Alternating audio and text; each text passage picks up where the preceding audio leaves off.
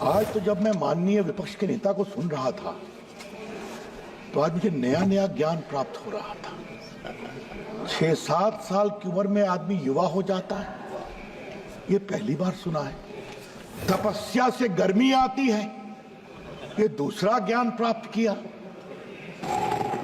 भाई कौन पढ़ा रहा है? ट्यूटर बदलना बहुत जरूरी है। ये ट्यूशन कहां से आ रहा है ये बताना बहुत जरूरी है।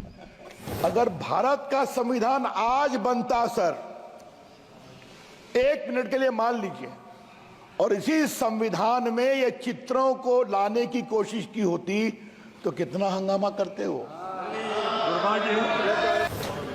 माननीय उपसभापति जी, मैं बहुत अनुग्रहित हूं कि इस ऐतिहासिक महत्व के विषय पर आपने मुझे बोलने का अवसर दिया है। भारत के संविधान के 75 वर्ष की गौरवशाली यात्रा कैसी रही, हमने क्या खोया, क्या पाया, कहां हम मुस्काए, कहां हम रोए, कहां हमें पीड़ा हुई, कहां हमें उत्साह मिला, इन सबों पर कुछ चर्चा होनी चाहिए। लेकिन माननीय उपसभापति जी, आज तो जब मैं माननीय विपक्ष के नेता को सुन रहा था तो आज मुझे नया नया ज्ञान प्राप्त हो रहा था। 6-7 साल की उम्र में आदमी युवा हो जाता है, ये पहली बार सुना है। अब जाके ढूंढूंगा कि ये ज्ञान कहां से आता है। तपस्या से गर्मी आती है, ये दूसरा ज्ञान प्राप्त किया। भाई कौन पढ़ा रहा है? ये तो मैंने कई बार इस हाउस में कहा वो होमवर्क नहीं करते, लेकिन तपस्या ऐसे पवित्र शब्द को क्यों बदनाम कर रहे हैं कि उससे गर्मी आती है।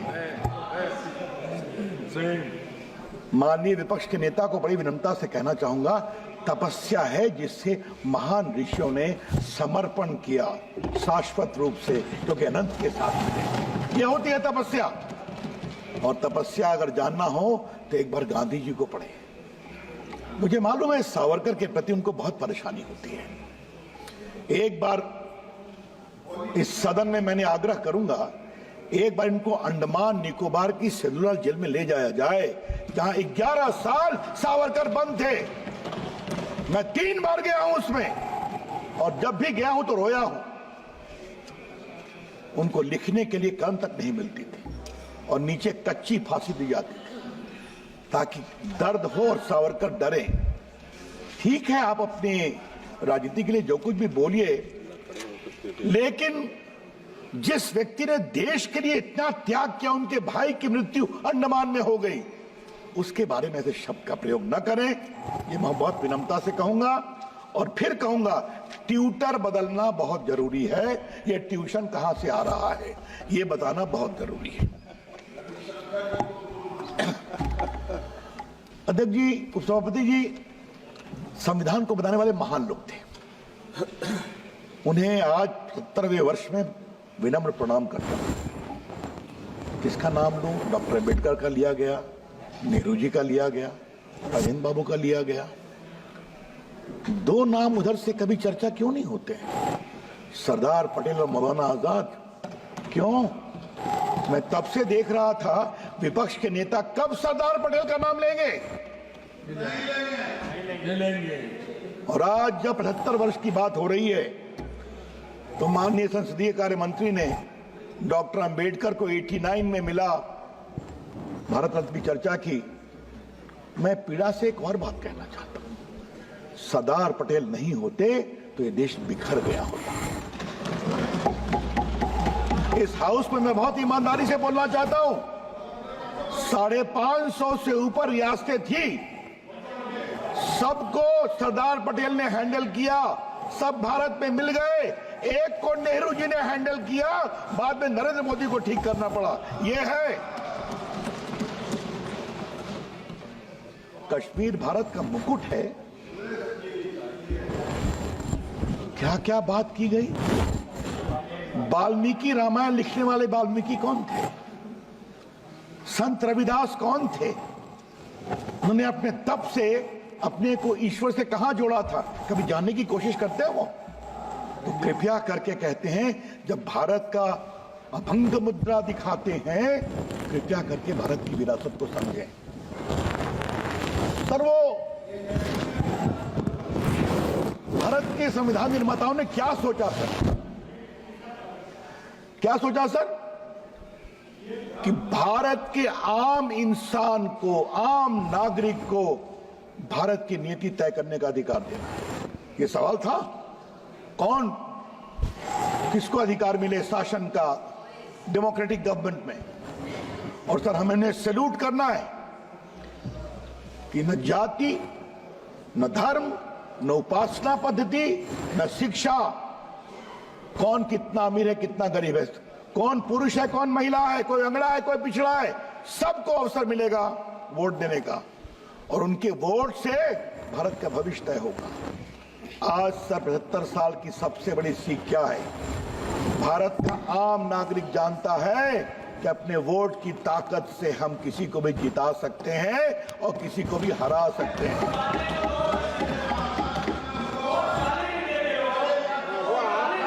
आप बैठिएगा प्लीज, आप बैठिएगा और प्लीज सर, आप बैठिएगा, नहीं आप बैठिएगा प्लीज, अच्छा आप बैठिएगा। रविंद्र यादव जी आप बैठिएगा। अच्छा बैठिए, आप बैठिएगा, आप बैठिए, उनको बोलने दीजिए। सर, कल मैं उधर से सुन रहा था सर। रविंद्र यादव जी सर उनको बोलने दीजिए। कल मैं उधर से सुन रहा था सर कि संविधान में संवाद हुआ था। संवाद यहां भी होना चाहिए, जरूर। संसद देश की सबसे बड़ी पंचायत है। उधर के लोगों को एक बात मैं और विनम्रता से कहूंगा, संवाद का मतलब ये भी है, हमने आपकी बात सुनी, जब हमारे प्रधानमंत्री आए भाषण देने तो आप उनको सुनिए, वॉकआउट मत करिए। ये भी संवाद का एक बहुत बड़ा पक्ष है। सर, संविधान की बात बहुत कही गई सर, कि हम हार गए, हम कमजोर हो गए। मैं विनम्रता से एक बात पूछना चाहता हूं सर, कि अभी जो महाराष्ट्र में हमारी ऐतिहासिक जीत हुई है, 71 के बाद आज तक इतना मेजॉरिटी किसी को नहीं आया था, ये समझना चाहिए। और हरियाणा में जो हम लोग जीते हैं सर तीसरी बार, 14 के बाद भी अधिक बहुमत से जीते हैं। सर, इसका मतलब क्या है? मतलब यह है सर कि जनता ने सोचा जो अच्छा काम करेगा उसको एक बार नहीं, दूसरी बार नहीं, तीसरी बार भी प्रधानमंत्री बनाएंगे। और जो प्रधानमंत्री को कमजोर दिखाने की कोशिश करेगा संविधान के बदलने के बेबुनियाद आरोप पर, जनता समझ गई हमको मूर्ख बनाने की कोशिश की गई। ठीक, हम जवाब देते हैं, नरेंद्र मोदी को कमजोर नहीं करेंगे, ये करके दिखाया। हमें जनता की इस परिपक्वता पर विश्वास करना चाहिए। विपक्ष के नेता संविधान लेकर चलते हैं, शपथ लेते हैं तब भी संविधान लेकर चलते हैं। उस दिन गाजीपुर में धरना दे रहे थे तो देखा हाथ में संविधान है। संविधान की आत्मा रो रही होगी कि भाई मुझे कहां कहां घुमाओगे, कहीं तो छोड़ दो। ठीक है सर, आज मैं भी सर थोड़ा उनको संविधान दिखाना चाहता हूं, और ये है सर मौलिक संविधान, ओरिजिनल जो संविधान बना था सर, आज मैं वो संविधान इस 75 साल की यात्रा में दिखाना चाहता हूं। सर, ये काफी बड़ा है सर। अटल बिहारी वाजपेयी की सरकार थी, अपने पुराने मित्रों को याद होगा तो उसको लाया गया था। जब माननीय मोदी जी ने मुझे देश का कानून मंत्री बनाया, हमने कहा छोटा करके इसको देश में भिजवाऊं जजेस को, चीफ जस्टिस को। कल माननीय राजनाथ जी ने चर्चा की थी सर। ये देखिए सर, फंडामेंटल राइट के ऊपर प्रभु राम माता सीता और लक्ष्मण के साथ लंका की विजय के बाद अयोध्या लौट रहे हैं। ये देखिए सर, ये देखिए directive principles of state policy कहाँ आ गए हमारे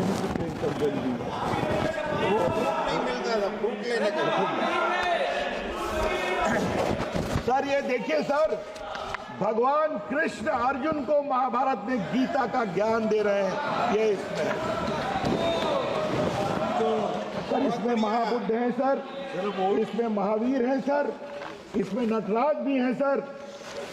एक और देखेंगे, ये देखिए पार्ट 7 में बजरंग बली हनुमान जी की भी तस्वीर है, ये देखिए आप सर।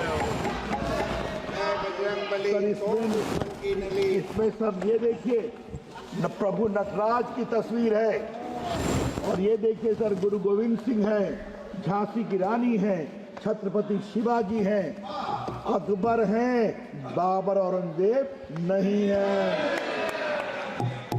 तो इस संविधान बनाने वाले जानते थे कि इस देश की विरासत प्रभु राम है, प्रभु कृष्ण है, बाबर औरंगजेब नहीं है, छत्रपति शिवाजी। और सर आप देखें सर, ये जो मैं दिखा रहा हूं, ये देखिए सबके दस्तखत हैं सर। पहला दस्तखत राजेंद्र प्रसाद, फिर जवाहरलाल नेहरू, फिर सरदार पटेल, मौलाना आजाद, आपके डॉक्टर अंबेडकर, सबों के हस्ताक्षर। सर मैं एक सवाल पूछने की इच्छा होती है, अगर भारत का संविधान आज बनता सर, 1 मिनट के लिए मान लीजिए, और इसी संविधान में ये चित्रों को लाने की कोशिश की होती, तो कितना हंगामा करते हो, कितना वो अपनी विरासत को कितना समझे सर। यही तो मैं कह रहा हूं सर, हम कहां से शुरू किए थे और कहां चले गए। अपनी विरासत, भारत की विरासत होगी प्रभु राम की, प्रभु कृष्ण की, रामकृष्ण परमहंस की, विवेकानंद की, अरविंदो घोष की, लोकमान्य तिलक की, नारायण गुरु की, सुब्रमण्यम भारती की, ये महात्मा गांधी की, ये हमारी विरासत है। हमारी विरासत कभी औरंगजेब बाबर नहीं हो सकते। और ये बात मैं इसलिए कह रहा हूं सर कि अगर ये परंपरा होती ना, तो प्रभु राम का मंदिर बहुत पहले बन गया होता, प्रभु कृष्ण का मंदिर बहुत पहले बन गया होता। मुझे बहुत, मैं कृतज्ञ हूं सरदार पटेल, के मुंशी और डॉक्टर राजेंद्र प्रसाद का कि सोमनाथ का मंदिर बन गया। हमारे गुजरात के मेंबर्स बैठे हुए हैं, क्या कहा गया था, इसे आर्कियोलॉजिकल सर्वे को दे दो, इसी तरह से रखेगा। सर इस देश की आत्मा कभी अपनी विरासत से समझौता नहीं करती। और उस तरफ के लोगों से मुझे आज एक सवाल पूछना है, पूरे दिल्ली में किंग एडवर्ड की मूर्ति थी कि नहीं, क्वीन विक्टोरिया की मूर्ति थी या नहीं, लॉर्ड इरविन, लॉर्ड हार्डिंग की मूर्ति देश के सारे गवर्नर्स के राजभवन के सामने थी या नहीं, वो कहां चली गई। ये सबको हटा दिया गया, दिल्ली वालों को बुद्ध जयंती पार्क के कॉर्नर में डाल दिया गया। क्यों? क्योंकि वो मूर्तियां कला की मूर्तियां नहीं थी, वो गुलामी और दास्ता की मूर्तियां थी। और आपने निर्णय किया कि वो मूर्तियां नहीं रहेंगी, आपने अच्छा काम किया। यही बात प्रभु राम के जन्मस्थान, कृष्ण जन्मस्थान और काशी विश्वनाथ के मंदिर के बारे में क्यों सोच नहीं होती है। सर यही है वोट बैंक पॉलिटिक्स। आगे इस पर थोड़ा मैं बोलूंगा। ये वोट बैंक पॉलिटिक्स के चक्कर में जो फंस गए, उससे बाहर नहीं निकले। और आज सर मैं एक बात कहना चाहता हूं, 75 साल में आप कहां हैं और हम कहां हैं, ये भी जरा देखिए। 75 साल में आप कहां हैं और हम कहां हैं, क्योंकि हमारे श्यामा प्रसाद मुखर्जी के विचार, दीनदयाल उपाध्याय के विचार आज लोगों ने स्वीकारा है। ये देश राष्ट्रवाद से चलेगा, देश के प्रति समर्पण से चलेगा और विकास से भी चलेगा। सर मैं आपसे एक और बात कहना चाहता हूं, कल बहुत चर्चा हुई है, जो हमारे सारे सुरक्षाकर्मी मारे गए संसद के उस समय। सर मैं भी संसद में था, वो भयावह दृश्य देखा है। सर लोग ह्यूमन राइट्स की बात करते हैं, अफजल गुरु के ह्यूमन राइट्स की बात करते हैं। कभी इन लोगों ने जो हमारे सुरक्षा कर्मचारी मारे गए उनके परिवार के ह्यूमन राइट्स की बात की क्या? कभी करते हैं? आतंकवादियों ने उनको मारा, उनके बच्चों, उनकी पत्नी, उनकी विधवा का कोई ह्यूमन राइट है या नहीं? 75 साल में सर ये भी एक यात्रा आई है। देश की पूरी बात ऐसी पिछल गई है। हमारी सोच बहुत साफ है। आप आतंकवादियों के ह्यूमन राइट्स की लड़ाई लड़ो, हम तो लड़ेंगे देश के सुरक्षा कर्मी की जो आतंकवाद में मारे जाते हैं। हम लड़ेंगे वो हमारे सीआरपीएफ, बीएसएफ के जवान के लिए। सर देश के लिए जीते तो सब लोग हैं सर, देश के लिए मरते कौन हैं? ये सुरक्षा कर्मी होते हैं। हमें उनके पूरे मानवाधिकार की चिंता करनी पड़ेगी। सर काफी बात हो रही है सर। सेकुलरिज्म की बात करते करते ये कहां से लाया गया सेकुलरिज्म, इसका जवाब देना जरूरी है दूसरे पक्ष पर आने के पहले। हमारे जो संविधान बनाने वाले थे, क्या सरदार पटेल, क्या राजेंद्र प्रसाद, क्या जवाहरलाल नेहरू, क्या डॉक्टर अंबेडकर, क्या मौलाना आजाद और बाकी सब बड़े नेता, ये भारत की विरासत को समझते थे। वो जानते थे कि भारत की विरासत मूल रूप से पंथ निरपेक्ष है। ऋग्वेद का एक ज्ञान है ना सर, एकम सदविप्रा बहुधा वदंती। सत्य एक है, उसको पाने के मार्ग अलग अलग हैं। तुम अपने मार्ग से चलो, ये देश तुम्हारा रास्ता, हम अपने मार्ग से चलते, क्योंकि तुम्हारा मार्ग और हमारा मार्ग अंत में एक ही स्थान पर मिलता है, जहां है परम सत्य, इटर्नल, इंडिविजुअल। यही तो है ना भारत का वैदिक ज्ञान, वो समझते थे। इसीलिए उन्होंने दक्षिण के आयातित सेकुलरिज्म को भारत के संविधान में जगह नहीं दी, क्योंकि भारत की विरासत पंथ निरपेक्ष है। भारत की विरासत विरोधी विचारों का सम्मान करने की है। अब ये कौन बताए सर? फिर एक ही बात कहूंगा, ट्यूटर बदलने की जरूरत है सर, वो बदलना बहुत जरूरी है सर। हाँ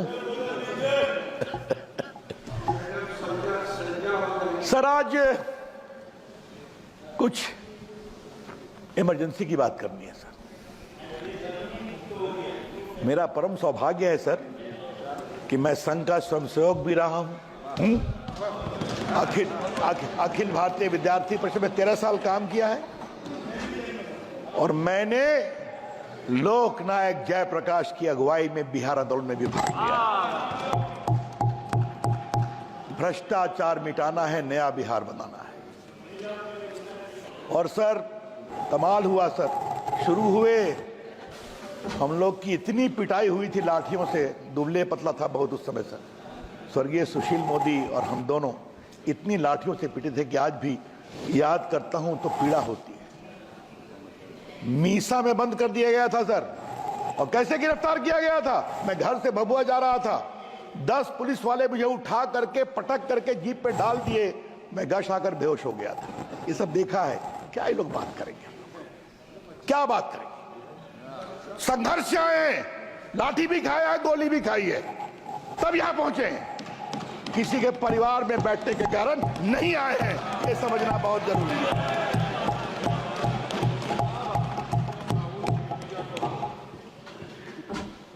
सर इंदिरा जी फंसती गई, 71 के बाद बहुत लोकप्रिय थी, जीत गई, लगा आप तो हम जीतते रहेंगे। युवा नाराज, रेलवे कर्मचारी नाराज, बाकी सभी नाराज, उनके हाथ की डोर छूटती गई और इंदिरा गांधी जी फंसती गई और इंदिरा गांधी तानाशाही की ओर बढ़ती गई।